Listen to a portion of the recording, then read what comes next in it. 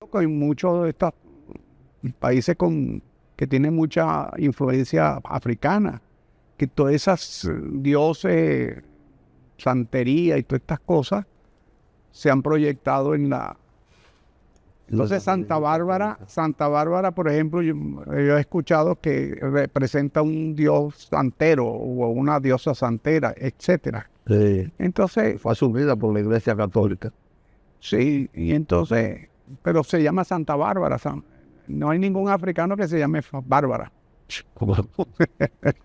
No, acá hay, aquí hay un pueblo que se llama Santa Bárbara. Bueno, sí, pero son sí, vocablos castellanos, occidentales. Y ese pueblo fue el pueblo de la raíz para una religión no católica en la República Dominicana, La de Ligorio. la romana. Digo, perdón, chamaná. Eso es La religión pentecostés. ok, dentro del cristianismo. Fue una raíz ahí. Hay una variación clerical. Pentecostés significa los 50 días. Sí, ellos fueron, todavía hay iglesias de su origen en Samaná. Mantienen en la tradición, en su origen. Correctamente. Mire, vamos a una pausa. Y al Papa lo están recordando hasta el día 7. Y entonces vendrá otro Papa, será el otro rey. Es una monarquía no hereditaria. No hereditario. Pero es una Lo que me extraña, el único en la Capilla Sixtina, en la Plaza San Pedro, primero la Plaza San Pedro, y después ahí yo veo que la única estatua que hay es la de Juan Pablo II. ¿Usted se ha fijado en eso? No, bueno, debe haber. Bueno, arriba hay una cantidad de estatuas. No, cercano a la gente, la única en el escenario donde el Papa va a dar la misa. Solamente Yo no me he visto ahí el Papa Juan Pablo II. Voy a preguntar a gente que si pregúntale al cardenal aquí, él debe saber. le voy a preguntarse al obispo. O al obispo, sí. Este es el primer colegio cardenalicio que no tiene un cardenal en los últimos años. Sí, dominicano. No tenemos un cardenal ahí. Yo creía que íbamos a tener uno. Creía que Juan Pablo iba a ascender a Osoria. Creía que lo iba a llevar ahí. El Papa Francisco lo iba a llevar. El Papa Francisco iba a llevar a Francisco Osoria con el cardenal. Pensé ya, yo aspirando. Vamos a una pausa, Manuel, entonces venimos en breve con más temas. Bien, regresamos con Isidro, que estamos hablando del top 5 de candidatos políticos y todo. Ligando una cosa con la otra. Sí, hay que ver porque Entonces, ayudaron hay artistas muy populares. El Puma, el José Luis Rodríguez, que tenía un show, una presentación aquí y la suspendió por el tema del Jet Set. En solidaridad con el Jet Set, porque era ahora en mayo, creo. Sí. Él se inició como cantante en un grupo que se llamaba de rock and roll venezolano, Sí. los Led Zeppelin, o el Zeppelin, algo así se llama. Tiene un nombre de eso así como el Zeppelin, la aeronave esta de gas. Entonces, ahí lo captó Billo Frometa. Y entonces lo colocó como solista de la orquesta, ¿no? Uh-huh. Y le adaptaron, sobre todo tangos con estilo de bolero y comenzó a tener una fama tremenda. Pero una fama tremenda. Pero no vendía discos. Esa época, después se separó y fue... O sea, los fanáticos no preferían comprar. En esa época. Lo iban, lo aplaudían, las mujeres le pedían autógrafos, se le llenaban los espectáculos, pero no vendían. Los discos que lanzaban con José Luis Rodríguez no se vendían. En esa época, después fue otra época que después vendió muchos discos, etcétera. Ya en otro rol, pues ya fuera de la Villa, etcétera. Pero era el tiempo ese. Y la Villa Bueno, al punto que Billo Frometa llegó a tener su propia casa disquera, su propio sello disquero. Y vendía muchísimos discos, pero muchísimos discos, mientras que otras casas disqueras vendían 100 discos al mes, Billo vendía 500. Y donde estaba José Luis Rodríguez, en combinación con los otros cantantes, se vendían. Porque era Billo Frometa. Pero no, como solista no vendía. Okay. Son las características, son curiosidades. Mire, Luis Isidro, el presidente el lunes tiró un dardo e invitó a los expresidentes a formar, alguna gente dice que fue un dardo, y a formar una comisión para discutir la política antihaitiana en conjunto, como una especie de hacer de una visión política común para el caso haitiano, y no politizarlo en sí, sino hacerlo más patriota. El lunes de la mañana, el presidente Leonel Fernández había anunciado que el presidente le había mandado una carta precisamente en ese tono, de que lo iba a invitar para que discutieran el caso haitiano junto con otros líderes. Eso quiere decir que él ya estaba como preaceptando eso. Y ayer el Partido de la Liberación Dominicana hizo una rueda de prensa anunciando que estaba de acuerdo en asistir, en discutir, hizo una serie de propuestas. Ya el presidente tiene 15 propuestas ahí que serán enriquecidas por los de ellos. Entonces, pero el PLD hizo críticas a lo que ellos llaman la improvisación.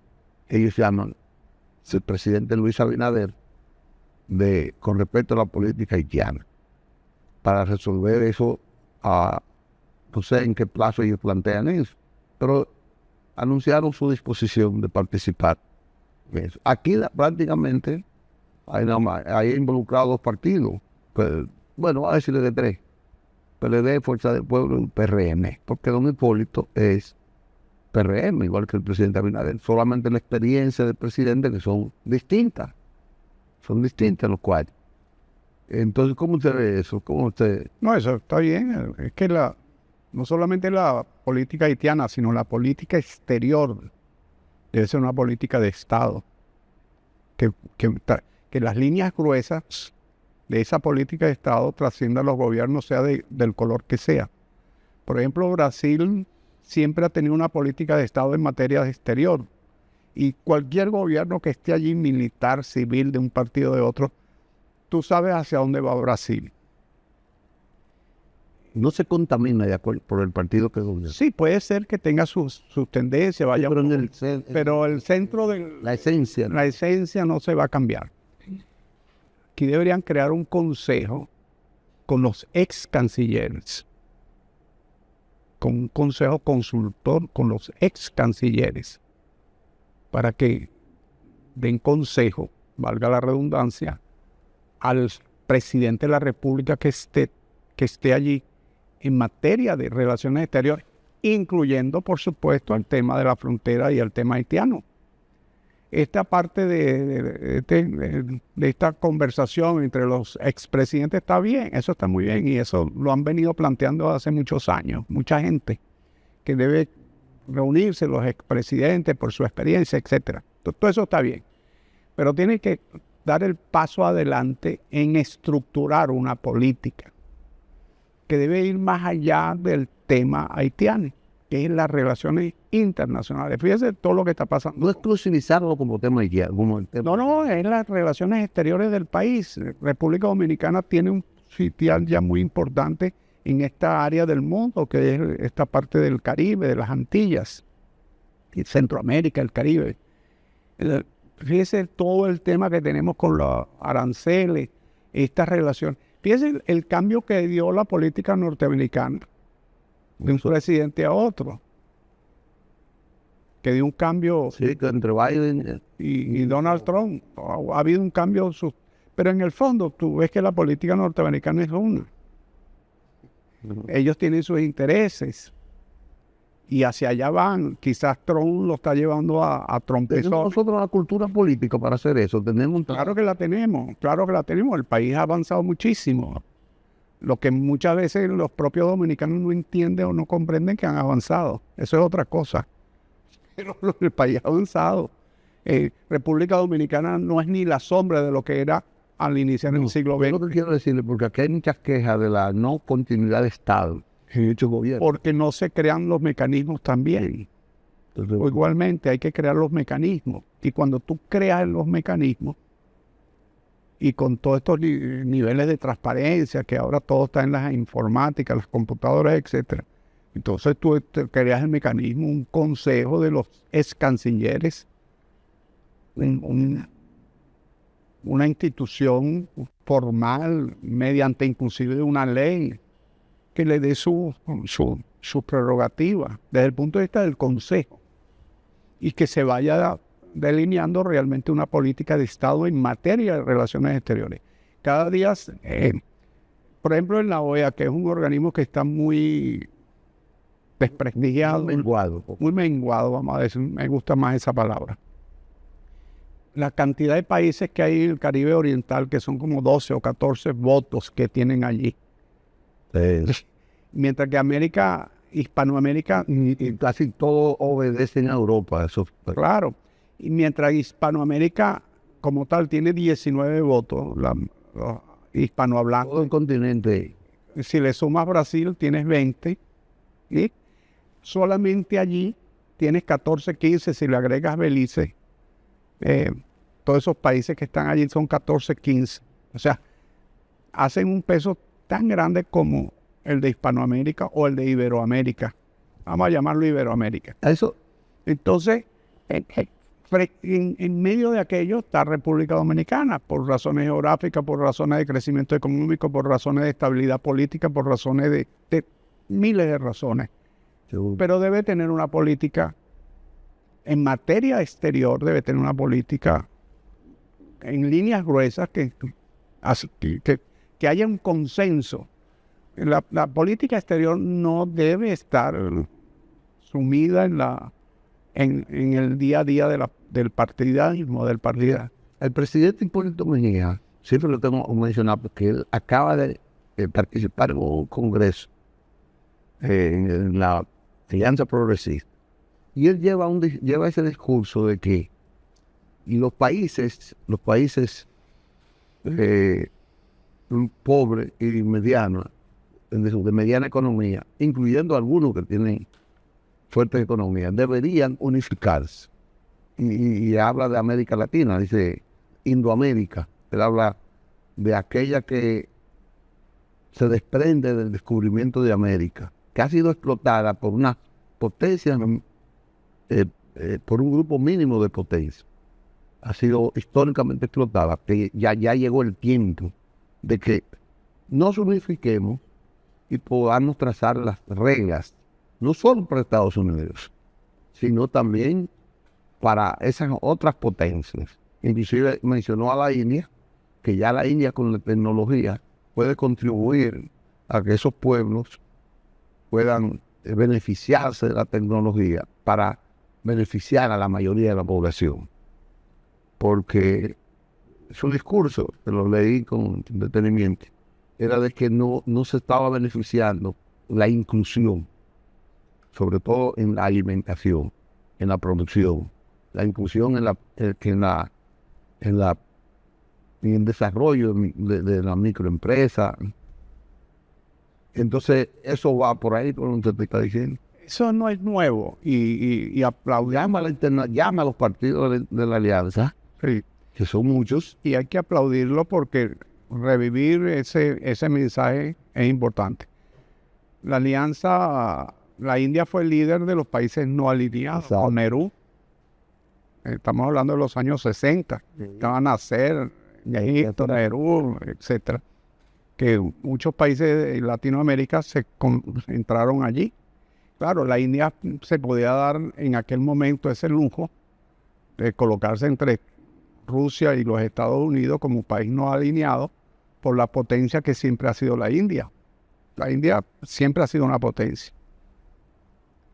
Nosotros, desgraciadamente, por las razones que sean, no vamos a entrar a buscar los orígenes y raíces, no tenemos esa fortaleza, teniendo países con mucho potencial como Argentina, Brasil y México, que por su característica tienen mucho potencial. Pero bueno, eso es otro tema. Luego, en los años 60 se creó la ALAC, la Alianza Latinoamericana de Comercio, algo así se llamaba. Y luego se han generado una serie de mecanismos de integración. El más exitoso del mundo quizás fue el Pacto Andino, que se llamaba el Acuerdo de Cartagena. Basado más que todo en el petróleo. No, fue un acuerdo de libre comercio. Se creó un parlamento andino e inclusive llegó el momento que los países del Pacto Andino, el pasaporte era común. Tú ya tenías un pasaporte común como lo tiene Europa. Lo teníamos. Bueno, todo eso se cambió porque como no hay una política coherente en los estados, un estado vino otro presidente y no le gustó eso y se acabó. Y acabaron con aquello. Entonces el Pacto Andino hoy en día creo que está reducido a una relación entre Colombia y Perú o algo por el estilo. Comenzó a resquebrajarse cuando Pinochet entró al gobierno y los países del Pacto Andino excluyeron a Chile porque una de las premisas para ser parte del Pacto Andino era ser un régimen democrático. Sacaron a Chile y años después incorporaron a Panamá, que no era andino, pero bueno, lo incorporaron. Hubo otro pacto interesante, el Pacto de los Tres, que también buscaba una integración. ¿Cuál era el Pacto de los Tres? México, Colombia y Venezuela. Y comenzó a dar pasos de avance, pero también llegaron unos gobiernos y le dieron una patada a aquello. Le dan una patada a la mesa y la tumba. Entonces, es un tema de integración. La integración es democrática. Es una visión del sistema democrático. Pero no es es querer la integración. Es querer la democracia, pero querer la integración. Correcto. Vamos a integrarnos. No, porque lo que le ha pasado a los pactos que se han mencionado es el ascenso de gobiernos con visiones distintas de la democracia. Entonces, vamos a un mundo multipolar. El señor Trump se ha dado cuenta, un error de Trump. Yo creo que Trump su norte creo que lo tiene bien claro y hasta para ellos, para los intereses de ellos, es positivo. Lo que sucede es que como lo ha desarrollado es el problema. Tú no puedes, porque se ha peleado no ha peleado con los adversarios, sino se ha peleado con sus amigos. Y tú en política no puedes abrir 3 frentes, 4 frentes al mismo tiempo. No puedes. No. Entonces, su gran aliado, que es Europa, peleó con Europa. Si su pleito es con China, debe buscarse su alianza con Europa, con Hispanoamérica. No tenía una orientación. Sabía para dónde iba, pero a lo macho. Cuando él con toda esa relación que él tiene con Rusia, lo que debió haber buscado es un gran entendimiento entre... Mire, Europa, Estados Unidos y Rusia tienen un elemento común, el cristianismo. Son países cristianos, son regiones cristianas. Si a eso le agregas Iberoamérica, ¿qué significa eso de pudiera ser la religión cristiana el hilo conductor? Claro, y ponerse de acuerdo en materia política, económica, etcétera. Imagínense el poder que significa Rusia, Europa, Estados Unidos e Iberoamérica, que incluye, por otra vía, a Japón, a Filipinas, a África, a Corea del Sur y muchos países africanos. Sí, sí. Que muchos países africanos también son cristianos. Sí, si nos vamos al catolicismo. Pues. No, cristianos en general. Porque los rusos son cristianos ortodoxos. Sí. Y los alemanes son protestantes y los ingleses son bautistas. Pero son cristianos, todos creen en Cristo. Eso es como hilo conductor, no es que vamos a hacer unas teocracias ni nada por el estilo, sino como hilo conductor. ¿Por qué no? Vamos a hablar primero de lo que nos une. ¿Qué nos une? Cristo. Correcto. Y tenemos que irnos en una pausa, porque tenemos otros temas. Si usted quiere. No, sí, no, y además si nos escuchan los chinos y los musulmanes no van a que Sí, no podemos profundizar tanto. Los japoneses no quisieran, como que no, los japoneses sí nos quieren a nosotros. no quieren. Sí. Manuel, vamos a una pausa.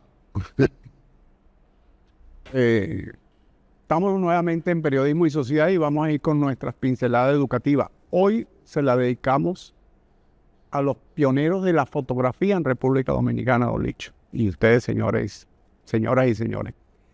Hemos querido salir un poco del tema histórico, de los personajes históricos, porque este tipo de actividad y estos personajes han servido para aquilatar lo que es la cultura de lo que significa la dominicanidad.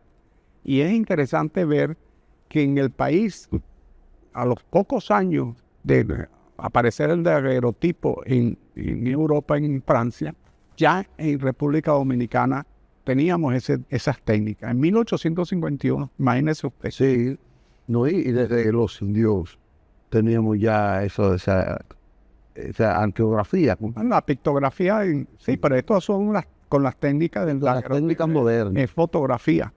Entonces, que es un poco la fotografía que tenemos del patricio Juan Pablo Duarte, que son esas fotos del siglo XIX. Aquí la tenemos y esas fotos de Santana, Buenaventura Bay, muchos de ellos fue gracias a que estos pioneros trajeron estas máquinas, trajeron estas técnicas y inclusive crearon estudios de fotografía y vivieron de eso. Sí. Algunos de ellos lo combinaban con escultura, pintura y otras actividades y permitieron de que la posteridad tuviese un retrato lo más cercano a la realidad de muchos de estos personajes. Correcto. Así que vamos a ver el video. ¿Cómo se llama?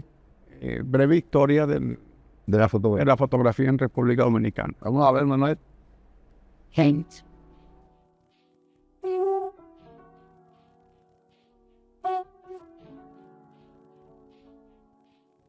Breve reseña histórica de la fotografía en República Dominicana. Saludos. En República Dominicana, la aparición de la fotografía data de 1851, 16 años después de nuestra independencia, que fue en 1844, y 25 luego de que Nicephore Nicephore obtuviera la primera fotografía en 1826 en Francia, según se tiene conocimiento. En la obra Historia de la Fotografía Dominicana de Janet Miller, ganadora del Premio Nacional de Literatura 2011, nos dice que los primeros registros muestran que la llegada de la fotografía al país fue a través de inmigrantes cubanos a principios de la década de 1850.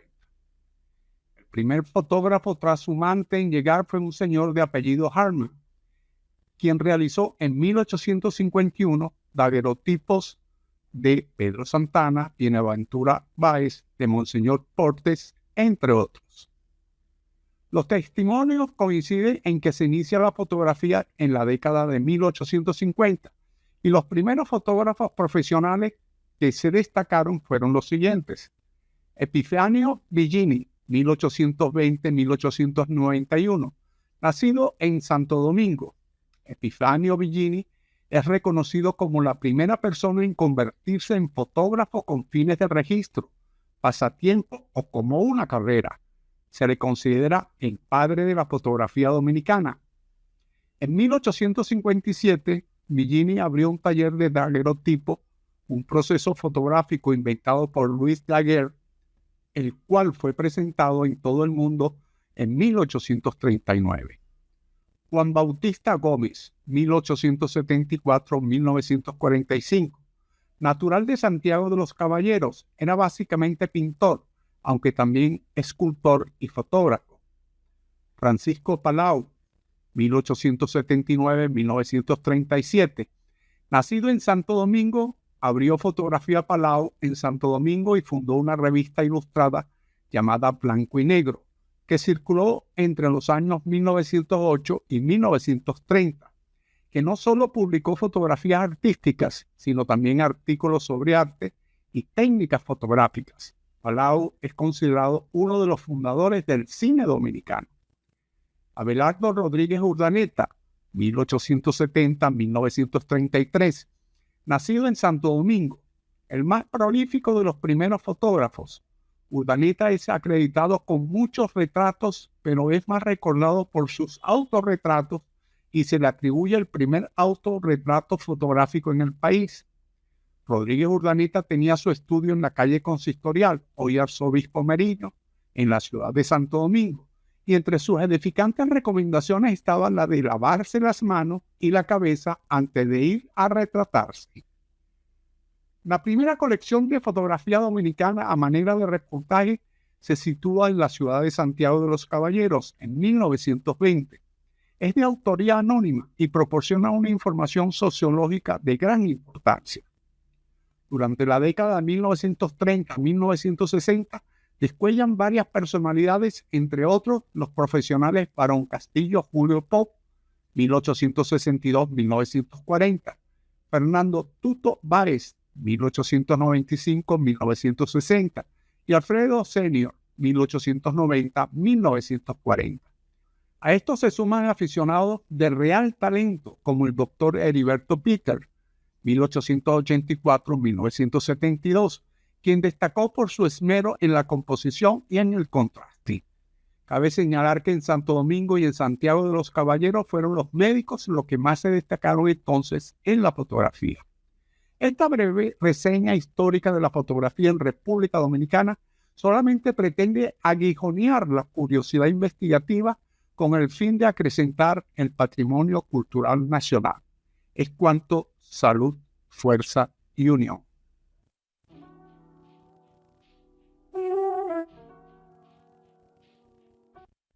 Usted se lava la mano y la cabeza antes de irse a fotografiar. La fotografía, mire qué cosa. ¿Ah? Mire qué cosa. La costumbre, ¿no? La costumbre hace ley. Si hace ley, es una forma. Yo tengo un invitado que tengo ahí en Ajena, que es a don Valentín Pérez Terrero, es el fotógrafo de la Revolución. Sí. Ese hombre tiene una historia importante de la fotografía. Y ya a través de su hijo lo hemos invitado para que venga y nos narre su experiencia en esa parte. Entonces vamos a una pausa después de esto. Sí, va. Tu alguno me ayudará con tu contacto. Bien, regresamos con ustedes en esta parte. Isidro, la Junta Central Electoral está llamada a coordinar todas las actividades legales del proceso electoral. No cuando se declaran los candidatos, sino desde antes. Inclusive, la Junta está llamada a pautar el activismo de los que pudieran aspirar a ser candidato presidencial, de los partidos políticos y de todo lo que es la actividad política. Entonces, yo veo ahora que la Junta, que es su responsabilidad, ha dicho que no va a aceptar las encuestas por redes sociales. Lo que quiere decir, yo no sé si es que no la va a aceptar como asuntos legales para la medición de los candidatos, para poder, o se lo va a aceptar a los partidos, porque ya las encuestas de las redes han perturbado la voluntad del pueblo. Las redes han perturbado la voluntad de los ciudadanos. Cualquier carajo a la vela dice, yo voy a ser candidato, y asume un liderazgo de redes. Un youtuber cualquiera, un funcionario de cualquier nivel, y usa el dinero como sea, y ya ese tipo se cree que se posiciona como un candidato. Y nadie le dice a esos aspirantes a diputados que eso está ilegal, que eso no es procedente, ni nada. Entonces yo no veo cómo la Junta pretendería detener eso. Como usted me decía ahorita, el sol sale y yo no quiero que salga, pero no lo puedo detener. ¿Usted me entiende? Perfectamente. Yo no sé. Bueno, primero habría que ver cuál es el alcance de ese anuncio. ¿Cuál es el alcance? Para saber. Yo estoy de acuerdo con la Junta de que las encuestas redes no sean... Yo lo que creo que hemos magnificado el tema de la de la comunicación política.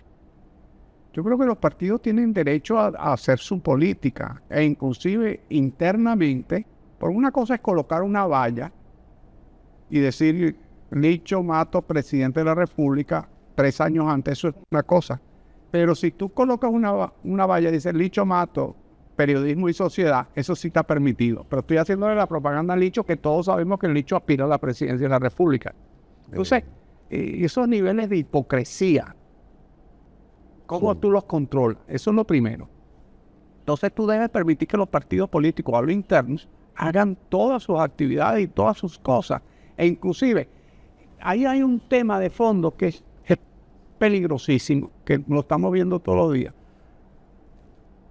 Para escoger un candidato a diputado de un partido, se somete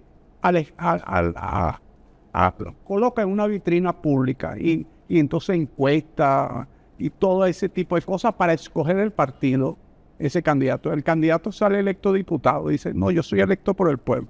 Hace una tropelía, hace un desmán y el culpable es el partido, porque es el partido el que lo llevó. Seguro. Entonces, esa disonancia, porque realmente es una disonancia, tú ves que los partidos se han debilitado. Esta disonancia es hipocresía.